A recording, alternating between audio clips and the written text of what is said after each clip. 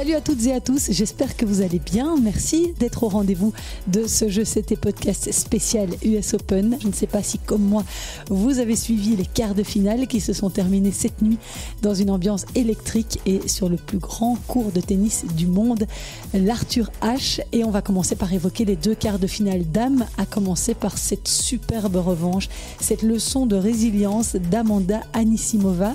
Elle s'était fait humilier aux yeux du monde entier, 6-0, 6-0 en finale de Wimbledon il y a 2 mois. On se souvient de ses larmes lors de la remise des trophées. Nul ne pouvait prédire dans quel état d'esprit l'américaine de 24 ans allait se présenter sur le court devant son public cette fois pour affronter Iga Swiatek dans cette US Open. Eh bien, Anisimova a montré de quelle force mentale elle était dotée en s'imposant 6-4, 6-3 face à une numéro 2 mondiale désarçonnée par la puissance, la détermination et la justesse de son adversaire. Même si elle a concédé le break dès le premier jeu du match, sans doute un peu stressée, l'américaine s'est très vite reprise et s'est mise à faire mal, très mal, des grosses frappes des deux côtés, un service puissant, une excellente couverture de terrain, un revers sensationnel, sans doute le meilleur du circuit d'ailleurs. Elle a pris Swiatek à la gorge avec 23 coups gagnants au total sur le match.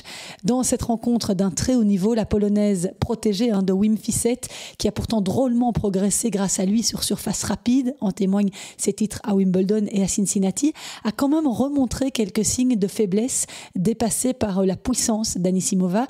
On sait bien qu'elle n'aime pas ce profil de joueuse puissante, surtout sur surface rapide. Et Swiatek a aussi eu du mal à passer des premières balles de service. Elle s'est retrouvée agressée sur sa deuxième avec seulement 30% de points gagnés derrière celle-ci. Et même menée 2-0 dans la seconde manche, Anisimova s'est remobilisée pour aligner 3 jeux de suite et revenir à hauteur de son adversaire avant de finalement faire la course en tête et de s'imposer pour s'offrir la première demi-finale à l'US Open de sa carrière, sa 4e en Grand Chelem. Superstar lors de son arrivée sur le circuit, demi-finaliste à Roland-Garros à seulement 17 ans, Amanda Anisimova avait décidé de mettre en pause sa carrière à 21 ans après avoir perdu brutalement son papa qui était son coach et après des mois et des mois de galère sur le circuit. Elle s'était consacrée à la peinture pour sortir de sa dépression et vendait ses toiles pour des œuvres caritatives. 4 ans plus tard, eh bien, elle est de retour, plus sereine, plus mature. Elle avait éliminé Aryna Sabalenka en demi-finale de Wimbledon. Elle s'offre Swiatek ici à l'US Open. Elle a le niveau pour être dans le top 5 mondial, c'est sûr, et elle a une vraie carte à jouer dans ce tournoi du Grand Chelem. Elle affrontera Naomi Osaka en demi-finale. Naomi Osaka qui, dans l'autre quart de finale de la nuit, a dominé Karolina Muchova 6-4, 7-6, 4 ans et demi après sa dernière apparition en quart de finale d'un tournoi du Grand Chelem qui avait précédé à une longue traversée du désert et puis une grossesse. Eh bien, Naomi Osaka est de retour proche de son meilleur niveau. Après un début de match équilibré, la japonaise, 24e mondiale, a su faire la différence sur quelques points en fin de premier set sur le service de Karolina Muchova. Son adversaire est alors parti au vestiaire pour revenir avec un tape au niveau de la cuisse gauche, mais Muchova n'a pas semblé limitée dans ses déplacements pour autant. Il faut dire que la Tchèque a dû batailler pour arriver en quart de finale de cette US Open. Elle a joué 4 tours en 3 sets avec chaque fois des gros combats et même breaké par 2 fois dans la seconde manche. Osaka a chaque fois pris le service adverse dans la foulée pour s'imposer en 2 sets. Elle a aussi pu compter sur un très bon service et sur sa solidité du fond du court. 30 coups gagnants pour la japonaise. Il y a eu beaucoup de travail que vous n'avez pas vu, a-t-elle expliqué sur le court au sujet de son retour au plus haut niveau. C'est comme un rêve devenu réalité. Après avoir dominé Great Minen, Hailey Baptiste, Daria Kasatkina, Coco Gauff, numéro 3 mondial, et Muchova, eh bien Osaka est à une petite marche de sa 5e finale en Grand Chelem. Si elle arrive à franchir l'obstacle Anisimova, qu'elle n'a jamais battu, Osaka, anciennement coachée par Wim Fissette également, pourra commencer à se souvenir qu'elle n'a jamais perdu en finale de Grand Chelem. Elle a gagné à New York en 2018 et en 2020 et en Australie en 2019 et en 2021. Chez les messieurs, le match le moins intéressant de la journée, pour ne pas dire du tournoi, est le quart de finale qui opposait Félix Auger-Aliassime à Alex de Minaur. Même s'il a duré plus de 4 heures, les deux joueurs étaient loin d'être à leur meilleur niveau. Ils ont commis beaucoup de fautes, de doubles fautes. Le Canadien de 25 ans a fini par s'imposer 4-6, 7-6, 7-5, 7-6. Félix Auger-Aliassime décroche là sa deuxième demi-finale en Grand Chelem, après celle atteinte aussi à New York en 2021. C'est pourtant de Minaur qui avait le mieux commencé la partie, avec un break qui aura suffi pour empocher le premier set 6-4.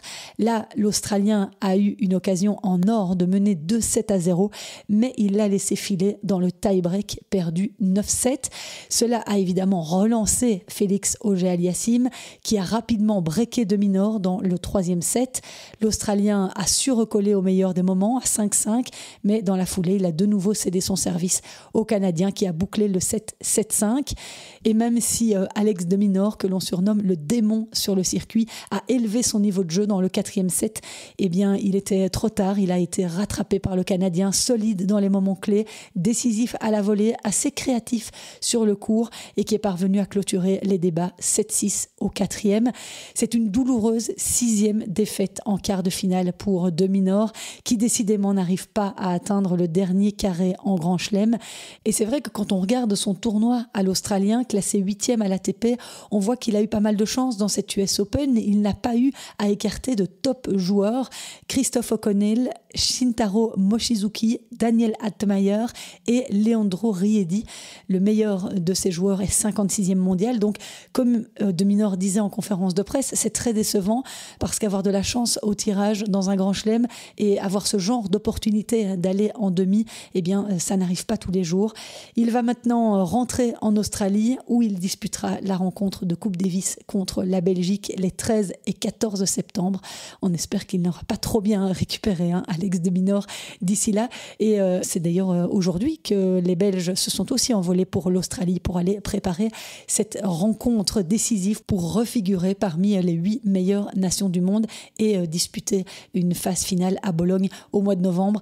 Voilà l'enjeu de cette rencontre de Coupe Davis, mais j'aurai l'occasion de vous en reparler la semaine prochaine dans divers podcasts. Alors du côté de Félix Auger-Aliassime, eh bien c'est une montagne qui l'attend désormais, puisqu'il défiera le numéro 1 mondial Yannick Sinner, archi-dominateur dans son duel 100% italien face à Lorenzo Musetti, le magnifique comme on l'appelle. Il n'a rien pu faire pour faire dérailler la machine Sinner. Cette affiche des quarts de finale, c'était les 2 plus grandes oppositions de style sur le circuit, mais en 2 heures, la puissance l'a emporté.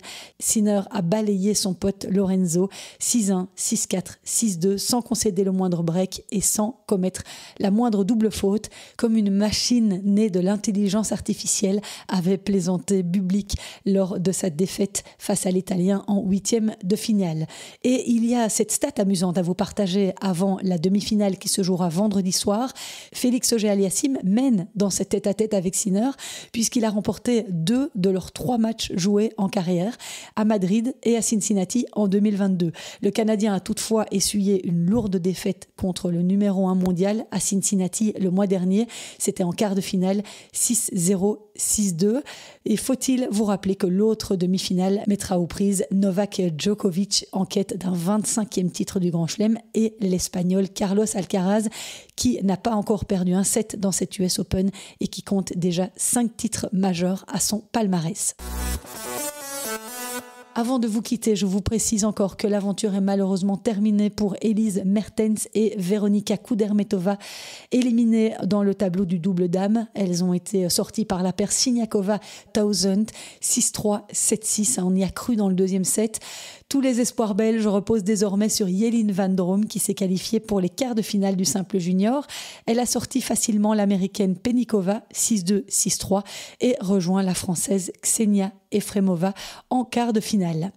Et c'est ici que se termine ce petit compte-rendu quotidien de l'US Open. Merci d'avoir été à l'écoute. Si ça vous a plu, eh bien n'hésitez pas à me mettre quelques étoiles sur Spotify, Deezer ou Apple Podcast. Je viens d'ailleurs d'apprendre avec grande fierté que Je sais tes podcasts était le 6e podcast de tennis le plus écouté en Belgique de tous les podcasts qui existent dans le monde. Donc j'en suis très fière et vous pouvez m'aider, j'en suis sûre, à encore me développer en parlant de ce podcast autour de vous. vous, à tous les fans de tennis. Merci déjà pour votre aide. Je vous donne rendez-vous demain pour parler des demi-finales dames qui se jouent ce jeudi soir à New York. D'ici là, passez une excellente journée. Ciao.